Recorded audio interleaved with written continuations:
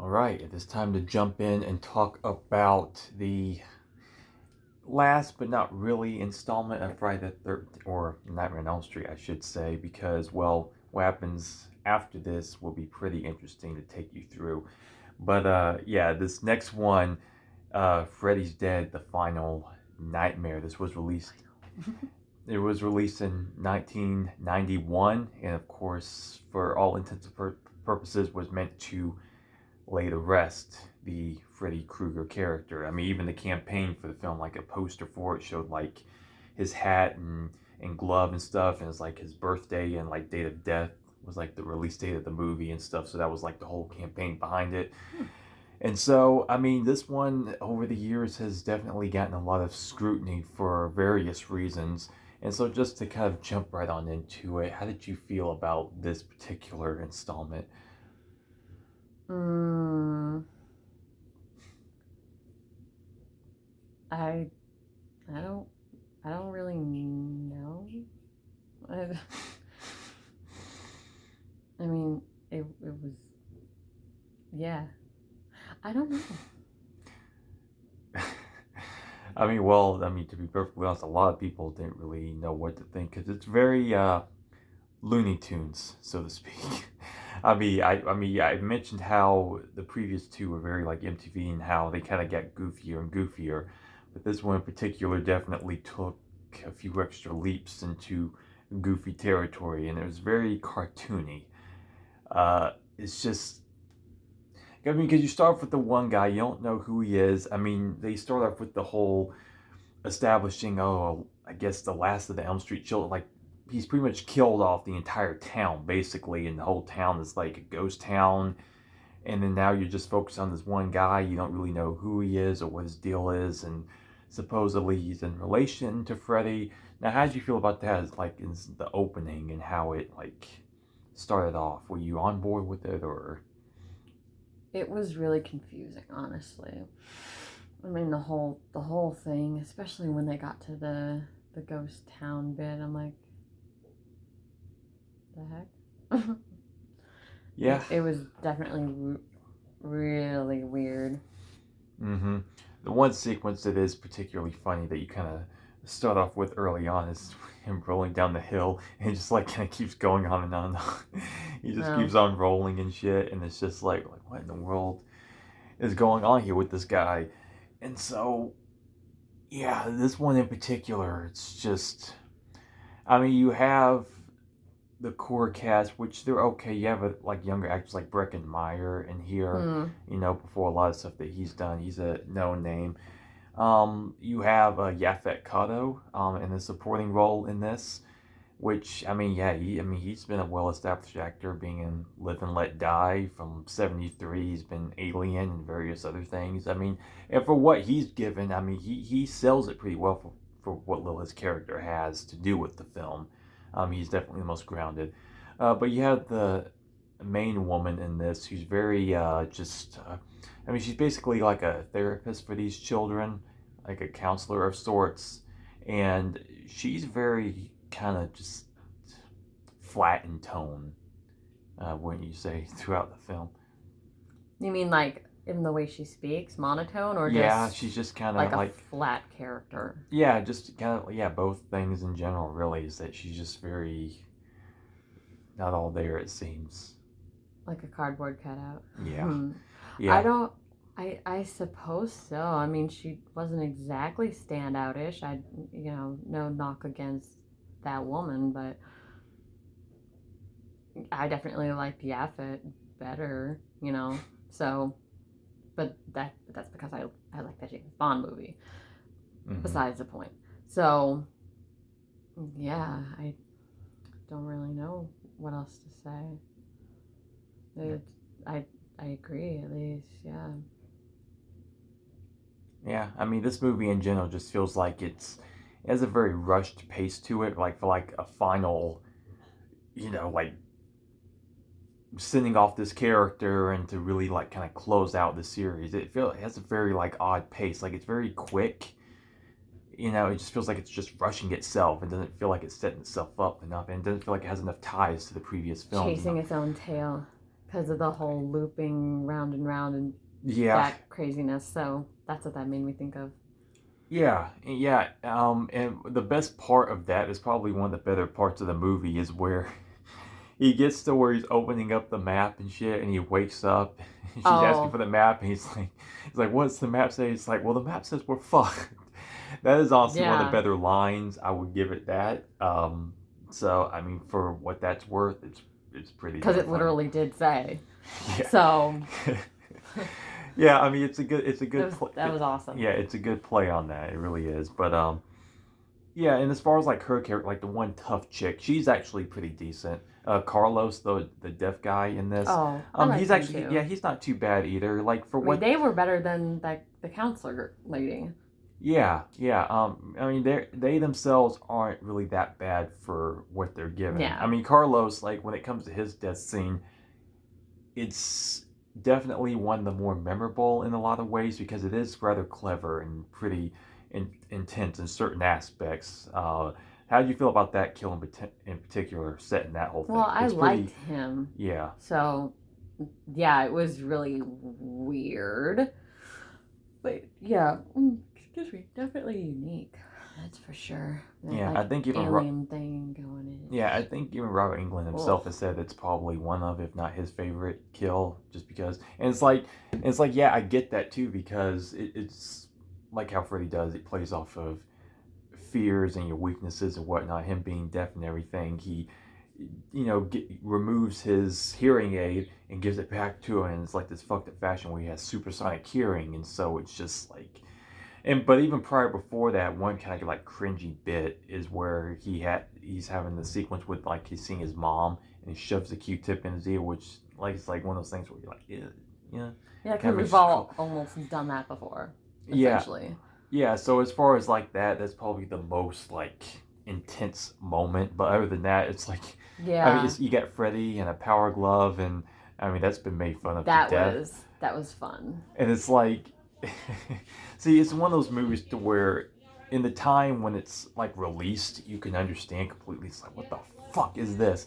And even now it's still like, it's really not a good movie at all, but at the same time you almost have to applaud the absurdity of it and just how bonkers it really is, because it really doesn't make a lot of sense, because they start to go into the idea of like him and his family and doing flashbacks with Freddy, and the twist happens to be is that yeah, that woman is actually his daughter as opposed to that one dude thinking that he's Freddy's son and all this sort of shit. Right. Now, how did you feel about that and the whole backstory and that angle?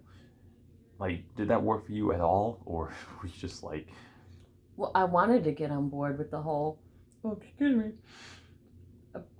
backstory thing, kind of like funny enough, trying to do a little more backstory with Michael Myers and what Rob Zombie did.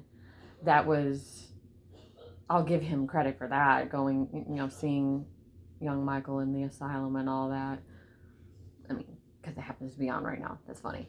Um, so but getting back to Freddy, it it definitely was weird.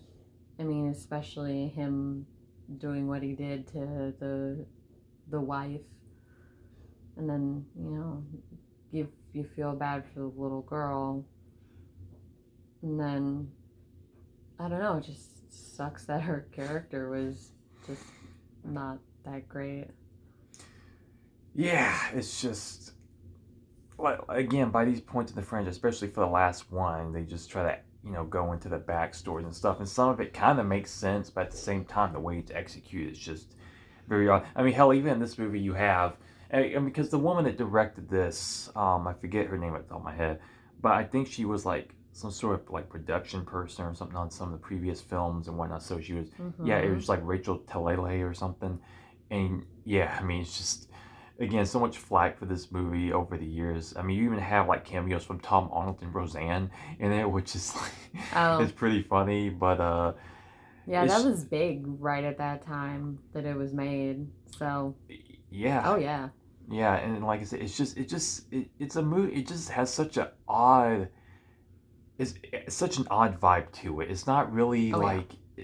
like it's cartoony. It seems like it's trying to maybe have a certain self awareness, but not real. It just has such a weird muddled tone to it that just does not line up right. You know, That's it's just exactly what it was. I couldn't put my finger on it, but your description was like, yeah, that's it. Because I was just like so lost, and exactly, that's what it was. yeah. And going into the backstory and how Freddy got his powers, they even show you that. Well, basically, there are these demon dream sperm. They're just that's basically what they are. I mean, Yeah, and this that's what it looked the like. dream people, and it's like when he died, they went to him and then gave him his powers, which is bizarre. I no one Like, of all the things we've seen, yeah. it just doesn't understand. It just I leaves you just, baffled yeah, as to what the I'm hell they were still trying. baffled. Yeah, Legit. I mean, just and I don't think the whole movie was 3D. I think it was mostly that sequence at the end, like when she actually puts the glasses on, which is why, of course, it's so blatant that, oh yeah, 3D glasses, and they tried to write into the plot and how, oh yeah, you have this, and you go into your dream, and you just, it's it's goofy as shit. It really Yeah, is. especially Yaphet Kodo trying to sell that. That was pretty That's funny. but that's the thing though, is that he's actually just like that good that you Oh actually yeah, just you buy I into. believe You actually you. kind of do. You really do, and it's like I kind of wish we had more of him. He Yeah, and he actually reminds me almost like a because he looks kind of like him, like a grown up version of Kincaid from Dream yeah. There you Warriors. go. Like you almost feel like they should be related. Like he should have been his son or a grown up version. It's especially since we talked about like how many people says like we wish those characters weren't killed off.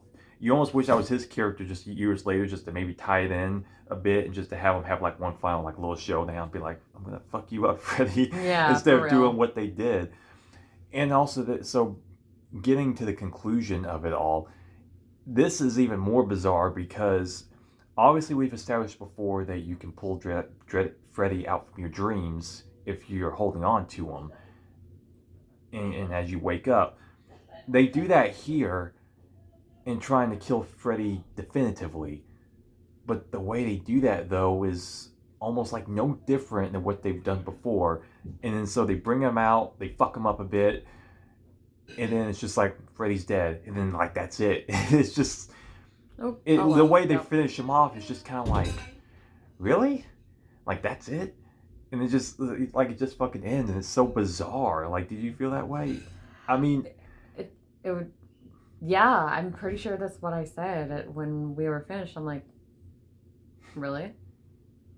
Like, okay.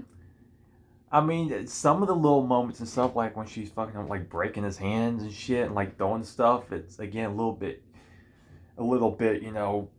gimmicky, of course. But I just like again, just the pacing and just how it feels like it's just rushing itself and just not. Throwing spaghetti at the wall.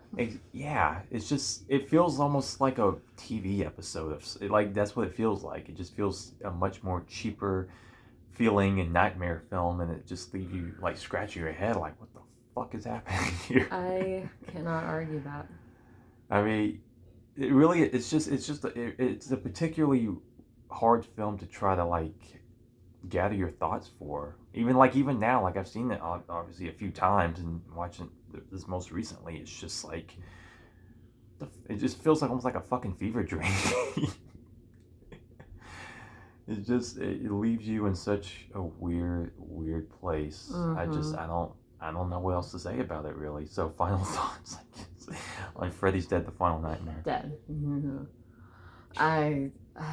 It, yeah, it was really weird. I mean, the best parts were with those couple of good characters, and yeah, it was just really weird considering what we saw in the last movie and then the one before that. And I said those Mm-hmm. particular sequences were what the fuck. But yeah, this was just, I don't know. Yeah, I mean, because as we've been through before with these franchises like Halloween and Friday the 13th and whatnot, I mean, we've had those certain films that are like so bad they're like good. Jason Takes Manhattan. Just I would say that's just so bad it's bad almost. It has its, like as I said The before, it like had its it rides moments. that line. It has its moments, but It's even probably a from, little more on the bad side than good, but it's yeah, got like I that said, line. like I can forgive the fact that it's not fully in Manhattan. Jason isn't doing this and that, but as long as the stuff on the boat is entertaining. But even that was like just like Okay. like the Goes to hell. that I would say has That was- more entertainment value. That was It's fucking bonkers. yeah. But it has a certain, like, it has a little something more than what Jason Takes Manhattan had. That to me is honestly probably the weakest of the series, if you ask me honestly. But I'm just pointing those out. Yeah. And just This one though, you would think it would be like almost like it's so bad it's good, but at the same time, like I'm honestly I don't think it's quite on that. Like it's just a step or two short of actually just having that. I'm like, I don't know. Even now, it's still no man's land. It really is. It's still, again, just the feeling and the vibe, the pacing. It's fucking Looney Tunes. I still can't grasp it. I honestly still can't. So I mean, with that, it's like I would still say it's like a 1.5 type of film. It really is. I don't know what else to say about it. I really don't. It's so fucking bizarre. But there is a little bit of a light at the end of the tunnel because the next installment, it's, how can I describe this to kind of get you like prepared for it? It's like an official series entry, but not really. But it kind of brings things back around. It's a unique film. It very much is, because Wes Craven does come back. You mean like what Rob Zombie did? No. This has. It's not. It's unique entry. Blah blah blah. No, this is Wes Craven coming back and actually bringing back some good solid aspects to it. It's very clever. Okay. But once you start to watch it, you'll probably understand exactly what it's about and how much it very much sets up a lot of future sort of films, so to speak. And like I think you'll enjoy it. I mean, like I said, at first you may seem a bit like it might be weird, but it's quite an interesting take. Okay. And so so that one's very much like a bringing it back to like giving Freddy one last good entry, like it's his last stamp to kind of save the franchise, and so it doesn't end on like such a sour note in a certain way. So yeah, so you kind of have that to look forward to. It'll be an interesting one because I am very curious to get to that one and see what you think about it. But yeah, with that said, that's Freddy's Dead: The Final Nightmare, a fucking fuckfest. It's yeah. I'm honestly, again, I really am. I really, like, considering all the films that we've watched, it still just has me feeling more confused than any other entry in these franchises for some reason. It really kind of does. I don't know what to think anymore. So fuck it, we'll end it there. Yeah, we'll see you guys next time. Bye for now.